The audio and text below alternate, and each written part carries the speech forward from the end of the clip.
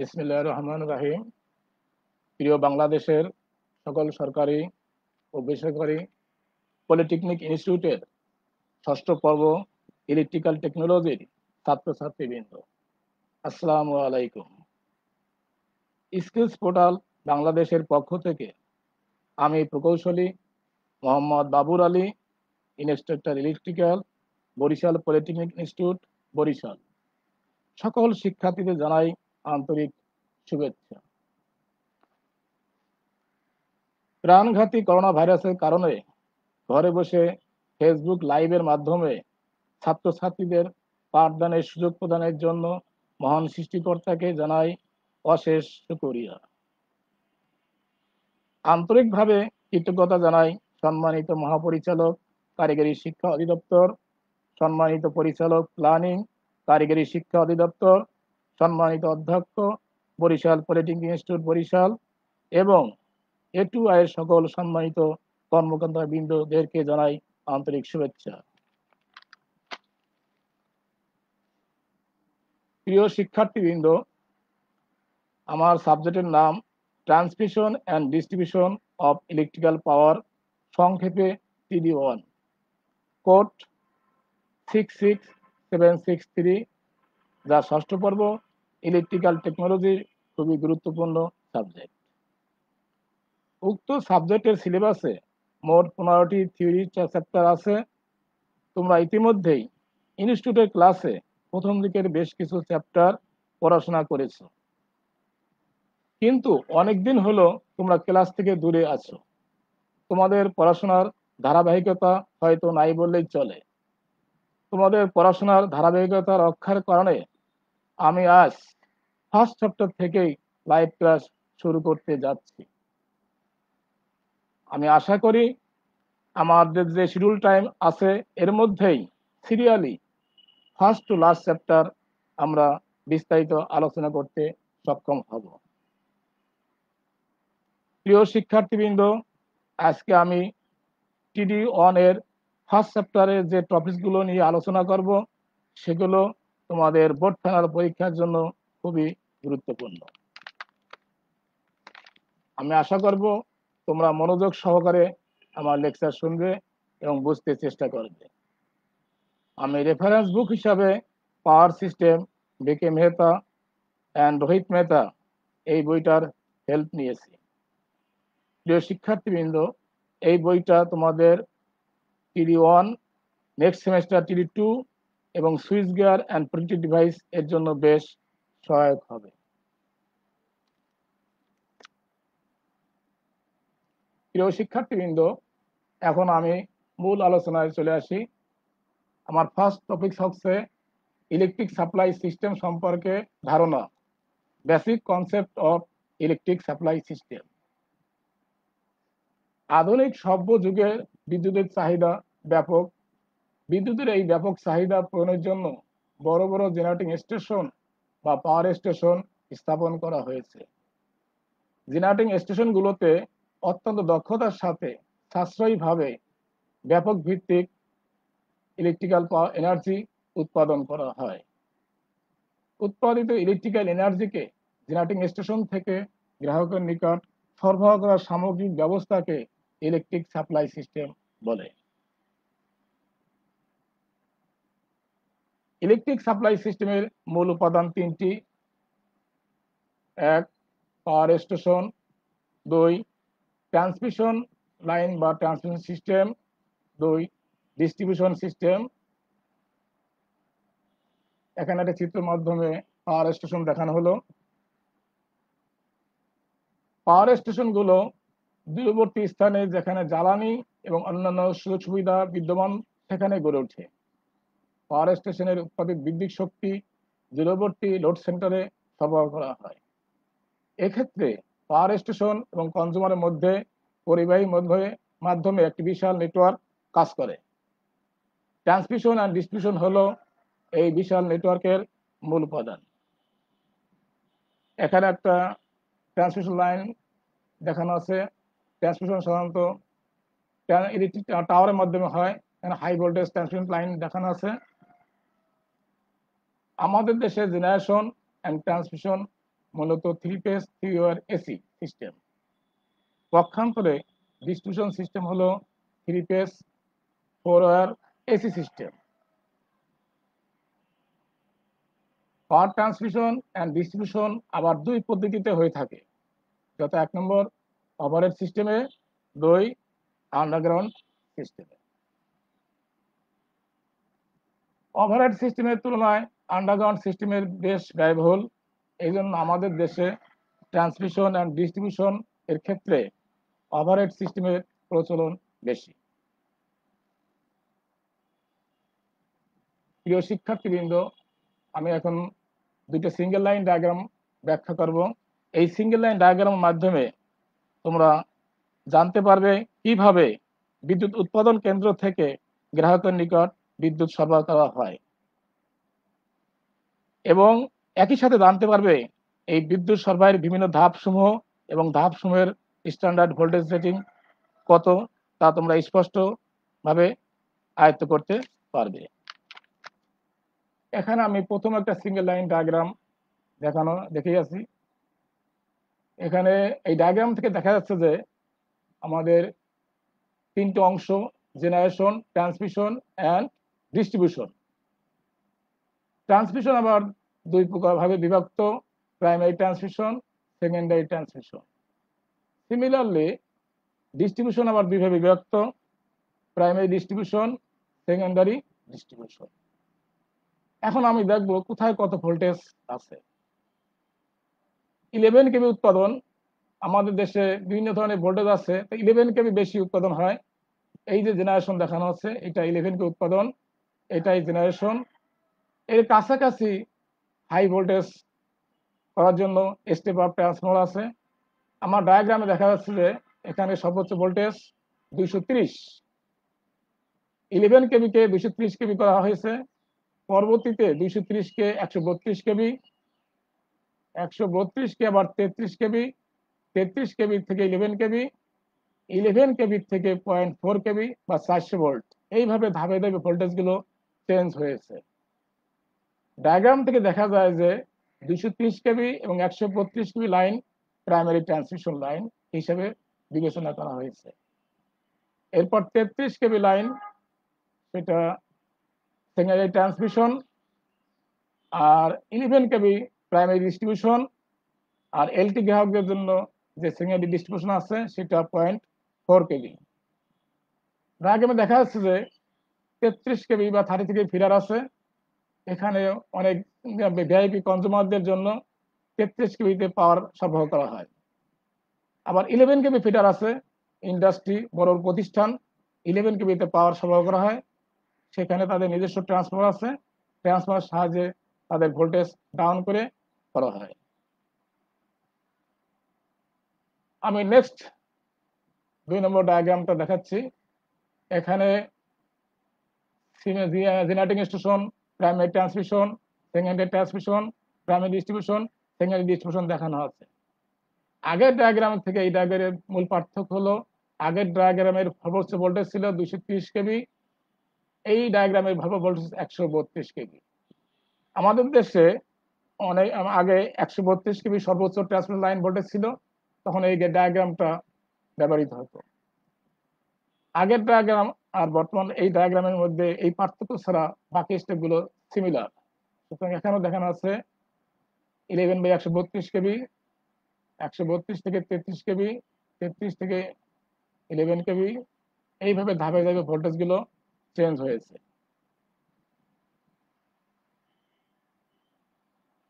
এখন দেখবো বাংলাদেশ এর ইলেকট্রিক সাপ্লাই সিস্টেমের বিভিন্ন ধাপের স্ট্যান্ডার্ড ভোল্টেজ সমূহ কত। আমরা দেখতে পেলাম জেনারেটিং ভোল্টেজ 10.5 কেবি, 11 কেবি, 15.75 কেবি, আরো আছে, এইগুলো কমন। প্রাইমারি ট্রান্সমিশন ভোল্টেজ 132 কেবি, 232 কেবি, 400 কেবি। সেকেন্ডারি ট্রান্সমিশন ভোল্টেজ 33 কেবি, 66 কেবি, তবে 33 কেবি বেশি প্রচলিত। প্রাইমারি ডিস্ট্রিবিউশন ভোল্টেজ 11 কেবি, সেকেন্ডারি ডিস্ট্রিবিউশন ভোল্টেজ 0.4 কেবি বা 400 ভোল্ট, এখানে দুইটি ফেজের মধ্যবর্তী ভোল্টেজের মান 400, অর্থাৎ ফেজ টু ফেজ ভোল্টেজ 400, আর একটি ফেজ আর নিউট্রালের মধ্যবর্তী ভোল্টেজ 230 ভোল্ট বা 230। এখন আমি একটা ডায়াগ্রাম মাধ্যমে দেখব low voltage secondary distribution system এর বাস্তব অবস্থা কি। চিত্রে একটি সেকেন্ডারি ডিস্ট্রিবিউশন সিস্টেম দেখানো হয়েছে। এর মূল উপাদান তিনটা: ফিডার, ডিস্ট্রিবিউটর এবং service main. Primary distribution voltage 11 KV কে ডিস্ট্রিবিউশন সাবস্টেশন ডিএস এর মাধ্যমে স্টেপ ডাউন করে 400 ভোল্টেজ 3 ফেজ 4 সিস্টেমে রূপান্তর করা হয়েছে। ডিস্ট্রিবিউশন সাবস্টেশনটি সংক্ষেপে ডিএস, এটা গ্রাহকের লোড সেন্টারে অবস্থিত। চিত্রে আমরা দেখতে পাচ্ছি যে এটা ডিস্ট্রিবিউশন সাবস্টেশন। এসএ এবং এসসি দুটো ফিডার, এই ফিডারের মাধ্যমে ডিস্ট্রিবিউটর এবি, বিসি, সিডি এবং ডিএ তে পাওয়ার সাপ্লাই করা হয়েছে। চিত্রে দেখা যাচ্ছে যে ফিডারের সাথে গ্রাহকের কোনো প্রকার ট্যাপিং নাই বা সংযোগ নাই, কিন্তু সার্ভিস মেইনের মাধ্যমে গ্রাহকের এনার্জি মিটারের সাথে ডিস্ট্রিবিউটরের সরাসরি সংযোগ থাকে। এক ফেজ গ্রাহককে একটি ফেজ এবং নিউট্রালের মাধ্যমে, আর 3 ফেজ 400 ভোল্ট মোটর লোড এ সরাসরি 3 ফেজের মাধ্যমে ইলেকট্রিক সাপ্লাই দেওয়া হয়। প্রিয় শিক্ষার্থীবৃন্দ, এখন আমি ফিডার এবং ডিস্ট্রিবিউটরের মধ্যে কি পার্থক্য, মূল পার্থক্য সে বিষয়ে সংক্ষেপে আলোচনা করব। 1 নম্বর পার্থক্য: কোন এলাকার বিদ্যুৎ সরবরাহ দেওয়ার জন্য উচ্চ ভোল্টেজে যে মেন লাইন টানা হয় তাকেই ফিডার বলে।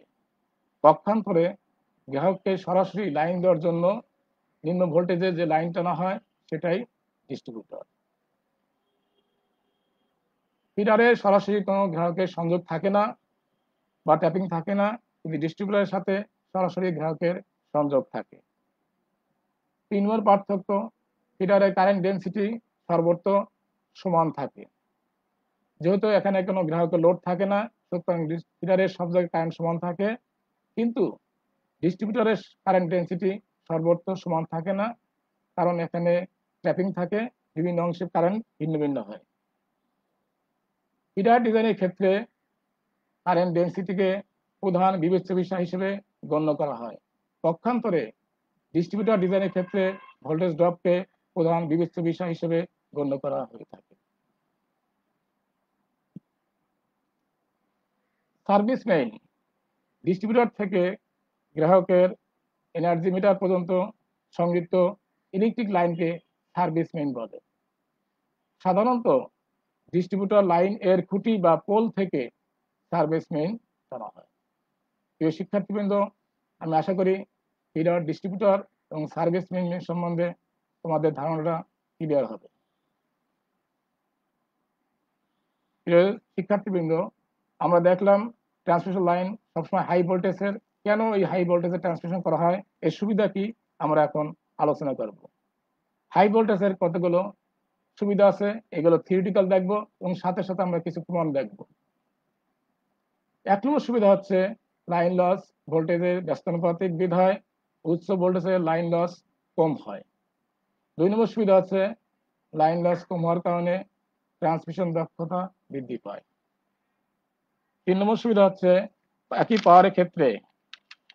পাওয়ারের ক্ষেত্রে ভোল্টেজ উচ্চ হলে আনুপাতিক হারে লাইনের কারেন্ট কমে যায়, ফলে উচ্চ ভোল্টেজে তুলনামূলকভাবে কম আয়তনের পরিবাহী তারের প্রয়োজন হয়, যা আর্থিক দিক দিয়ে সাশ্রয়ী।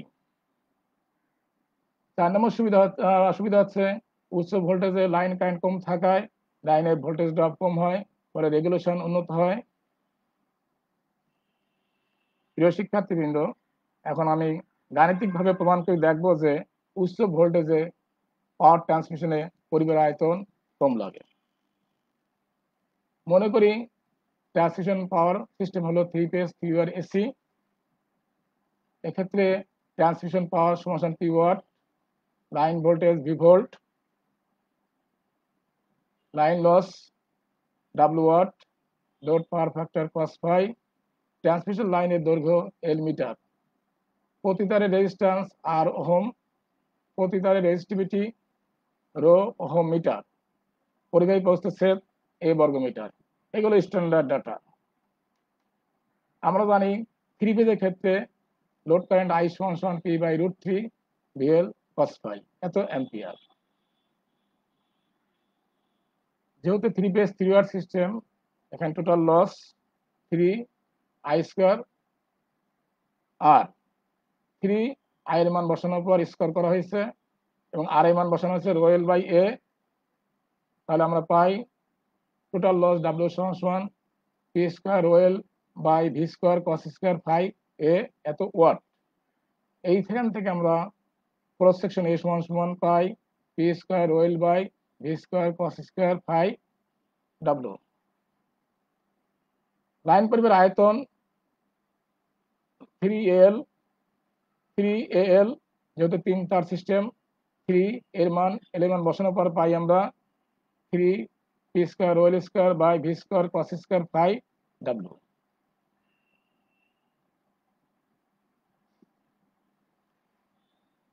যেহেতু ভোল্টেজের সাথে পরিবাহীর আয়তনের তুলনা করতে হবে, সেহেতু উপরোক্ত সমীকরণে ভোল্টেজ ভি ছাড়া বাকি সব রাশিগুলিকে কনস্ট্যান্ট হিসেবে বিবেচনা করা যায়। অতএব পরিবাহীর আয়তন দাঁড়ায় কে ভি আয়তন সমান সমান K by V square, K by V square. পরিবাহীর আয়তন সমানুপাতিক ওয়ান বাই ভি স্কোয়ার।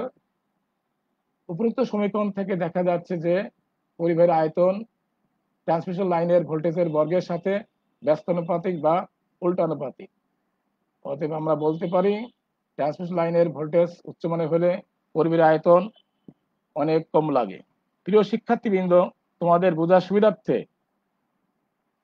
আমি সমীকরণটি পুনরায় ব্যাখ্যা করছি। আশা করি দ্বিতীয়বার ব্যাখ্যা করলে তোমরা আরো ক্লিয়ার ভাবে বুঝতে পারবে। এখানে আমাদের আবার বলছি, three phase three watt system, power P watt, line voltage phase to phase voltage V volt, line loss W watt, load power cos phi, আর দৈর্ঘ্য L metre, R ohm resistance, প্রতি তারের রেজিস্টিভিটি রো ওহম মিটার, আর এর প্রস্থচ্ছেদ এ বর্গমিটার। এখান থেকে আমরা থ্রি ফেজ পাওয়ার কারেন্ট সূত্র দেই আই সমান P by root three V cos phi.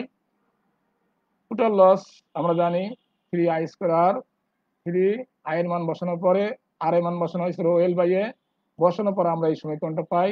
এই সমীকরণ থেকে এ সমান সমান পাই আমরা P square rho L by V square cos phi W. আমরা বের করতে হবে লাইনের আয়তন। অতএব লাইনের পরিবারের আয়তন, যেহেতু তিন তার সিস্টেম, থ্রি এল, অতএব লাইন পরিবারের আয়তন দাঁড়ায় three P square rho L square by V square cos square phi omega.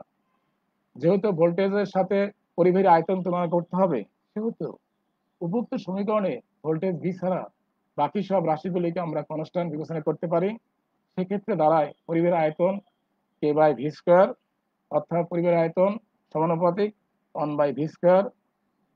অর্থাৎ বলা যায়, সমীকরণ থেকে বলা যায় পরিবাহীর আয়তন ট্রান্সমিশন লাইনের ভোল্টেজের বর্গের সাথে ব্যস্তানুপাতিক বা উল্টানুপাতিক। অর্থাৎ ট্রান্সমিশন লাইনের ভোল্টেজ উচ্চমান হলে পরিবাহীর আয়তন অনেক কম লাগে। এটা আমরা ক্লিয়ার হতে পারলাম।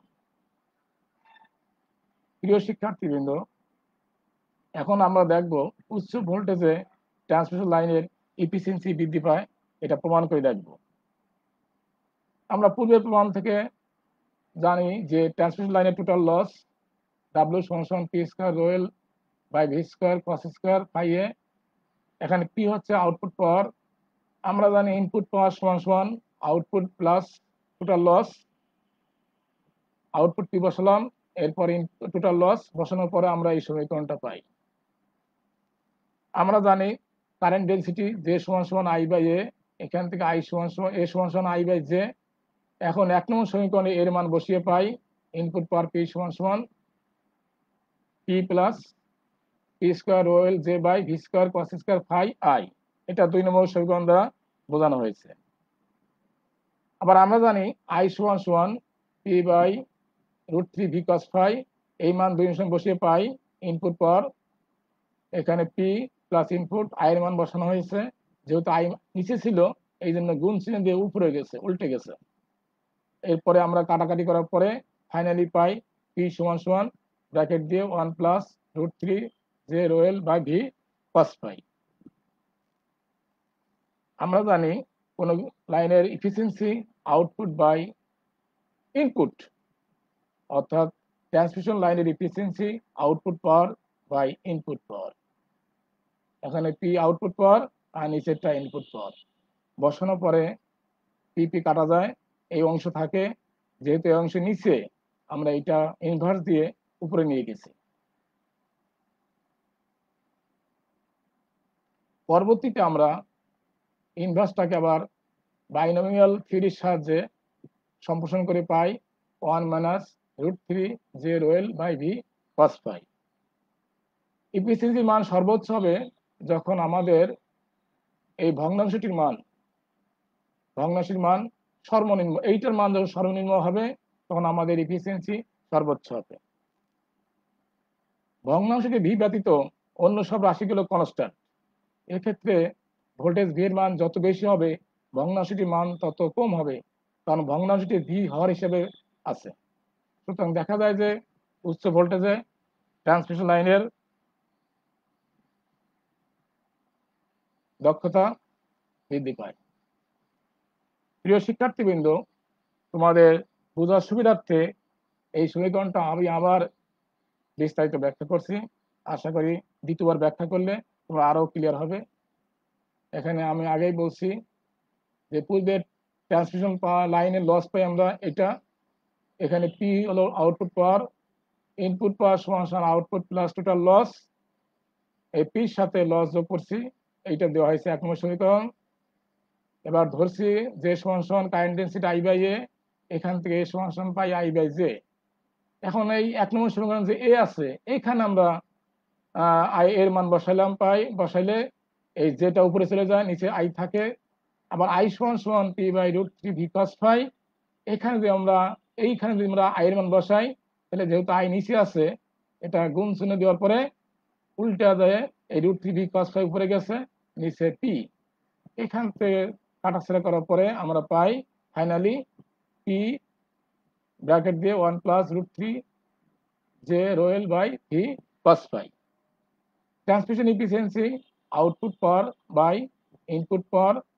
এখন আমরা পি আর নিচে ইনপুট পাওয়ার বসানোর পরে দেখা যাচ্ছে পি কাটা যায়, থাকে নিচের এই অংশটা যেহেতু নিচে আছে আমরা ইনভার্স পাওয়ার দিয়ে উপরে নিয়ে গেছি আমাদের সুবিধার্থে।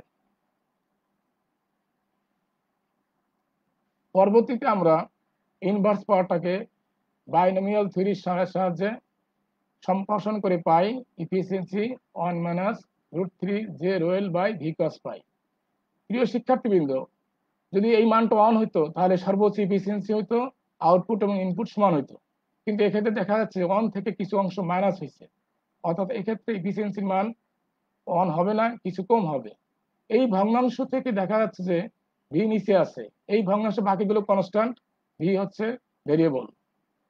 এখন এই ভিটা হর হিসেবে আছে, এই ভি মান যত বেশি হবে এই ভগ্নাংশের মান তত কম হবে, সেক্ষেত্রে 1 থেকে কম বাদ দেওয়ার ফলে আমাদের এফিসিয়েন্সির মান বেশি হবে।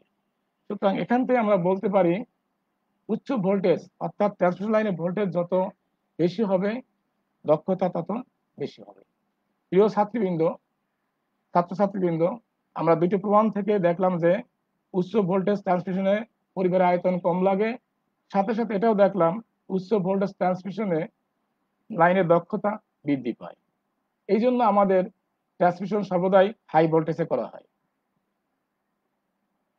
প্রিয় শিক্ষার্থীবৃন্দ, আজকের আলোচনা থেকে আমরা যেসব বিষয় স্পষ্টভাবে জানতে পারি সেগুলো যদি সংক্ষিপ্ত আকারে আমি পাই তাহলে 1 নম্বর আছে ইলেকট্রিক সাপ্লাই সিস্টেমের বেসিক কনসেপ্ট বা মৌলিক ধারণা, 2 নম্বর ফিডার এবং ডিস্ট্রিবিউটরের মধ্যে মূল পার্থক্য, 3 বিদ্যুৎ উৎপাদন কেন্দ্র থেকে কিভাবে গ্রাহকের নিকট বিদ্যুৎ সরবরাহ করা হয়, 4 উচ্চ ভোল্টেজ পাওয়ার ট্রান্সমিশন সুবিধাসমূহ। এইগুলো আমরা মেন জানতে পারলাম এবং ক্লিয়ার হইতে পারলাম।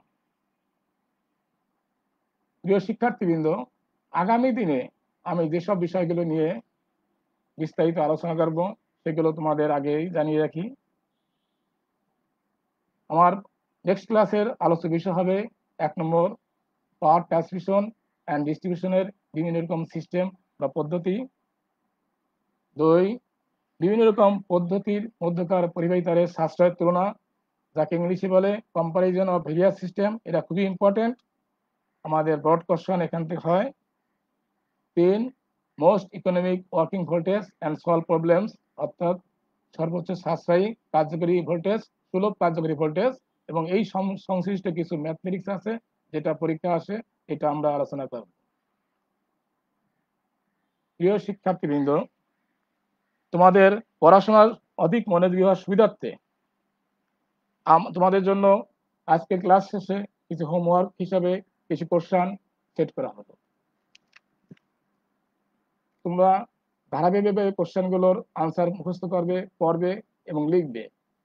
ইনস্টিটিউটের ক্লাস পুনরায় শুরু হলে সংশ্লিষ্ট টিচারের নিকট তা জমা দিবে। সংশ্লিষ্ট টিচার মহোদয় নিয়ম মোতাবেক তোমাদের হোমওয়ার্কগুলো মূল্যায়ন করবেন। এখন দেখা যাক হোমওয়ার্ক হিসেবে কি কি কোশ্চেন সেট করা হলো। 1 নম্বর কোশ্চেন, ওভারহেড সিস্টেমের এবং আন্ডারগ্রাউন্ড সিস্টেমের মধ্যকার পারস্পরিক সুবিধা অসুবিধা আলোচনা করো, এটা বিস্তারিত পড়বে। 2 নম্বর, অধিক উচ্চ ট্রান্সমিশন ভোল্টেজের সীমাবদ্ধতা কি কি। আমরা আজকে আলোচনা করছি, সুবিধা দেখাইছি শুধুমাত্র, কিন্তু এর কিছু অসুবিধাও আছে, এইটা তোমরা একটু হাইলাইটস করবে। 3 ফিডার ডিজাইনের ক্ষেত্রে কারেন্ট ডেন্সিটি এবং ডিস্ট্রিবিউটর ডিজাইনের ক্ষেত্রে ভোল্টেজ ড্রপকে প্রধান বিবেচ্য হিসাবে গণ্য করা হয় কেন। 4 গাণিতিকভাবে দেখাও যে উচ্চ ভোল্টেজ ট্রান্সমিশনে লাইনের ভোল্টেজ ড্রপের হার কম।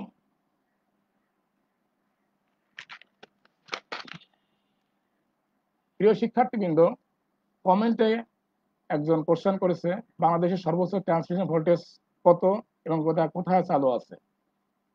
কোশ্চেনটা খুব সুন্দর, আমি ধন্যবাদ জানাই তাকে। আমার জানা মতে বাংলাদেশের সর্বোচ্চ ট্রান্সমিশন ভোল্টেজ 400 কেভি বা 400 কেভি। এই লাইনটা পায়রা তাপবিদ্যুৎ কেন্দ্র থেকে গোপালগঞ্জ গ্রিড সাবস্টেশন পর্যন্ত চালু আছে। প্রিয় শিক্ষার্থীবৃন্দ, আমি দৃঢ়ভাবে বিশ্বাস করি আজকের এই ফেসবুক লাইভ ক্লাসের মাধ্যমে তোমরা অনেক উপকৃত হবে। আজকের আলোচ্য বিষয়ে তোমাদের কোনো প্রকার কোশ্চেন থাকলে আমাকে পরবর্তী জানালে আমি আনসার দিতে সর্বদা সচেষ্ট থাকব। ইনশাল্লাহ আগামী সপ্তাহের এই দিনে এই সময়ে নতুন নতুন টপিক্সের আলোচনা নিয়ে আবারও ফেসবুক লাইভের মাধ্যমে তোমাদের সামনে আসতে পারবো। মহান রাব্বুল আলামিন আমাদের সবাইকে ভালো রাখুন, সুস্থ রাখুন, প্রাণঘাতী করোনা ভাইরাসের হাত থেকে নিরাপদে রাখুন, এই কামনা করে আজকের মতো এখানেই শেষ করছি। আল্লাহ হাফেজ।